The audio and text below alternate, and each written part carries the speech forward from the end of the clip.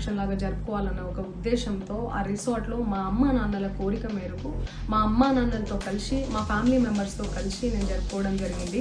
అక్కడ మా అమ్మా నాన్న ఫ్రెండ్స్, మా ఫ్యామిలీ ఫ్రెండ్స్, మా టీమ్ మెంబర్స్ మాత్రమే ఉండడం జరిగింది. అండ్ అట్లనే లిక్కర్ ఉండడం జరిగింది, సౌండ్ సిస్టమ్ ఉండడం జరిగింది.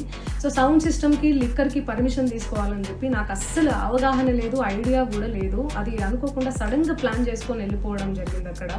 సో అందుకు నాకు అవగాహన లేదు, లేకుంటే నేను తీసుకునేదాన్ని. నాకు అసలు గైడెన్సీయే లేదు.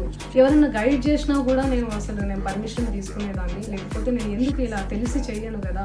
సో ఇదంతా ఇలా తెలిసి అయితే నేను తప్పు చేయలేదు, తెలియకుండా ఇది జరిగిపోయింది. అండ్ అక్కడ లోకల్ లిక్కర్ తప్ప అసలు వేరే ఏ ఇతర పదార్థాలు, మత్తు పదార్థాలు కానీ వాడడం అసలు జరగలేదు. అక్కడ దొరకలేదు కూడా, పోలీసులు సెర్చ్ చేసినా కూడా.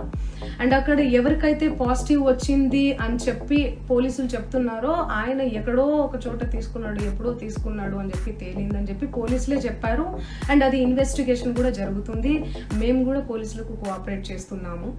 అండ్ నేను ఎందుకు ఇలా చేస్తాను, అసలు నాకు తెలిసి ఎందుకు చేస్తాను, మా అమ్మా నాన్నలతో దట్టు మా అమ్మా నాన్నలు పెట్టుకొని ఇలాంటివి నేను ఎంకరేజ్ చేస్తానా, ఇలాంటివి చెప్పండి.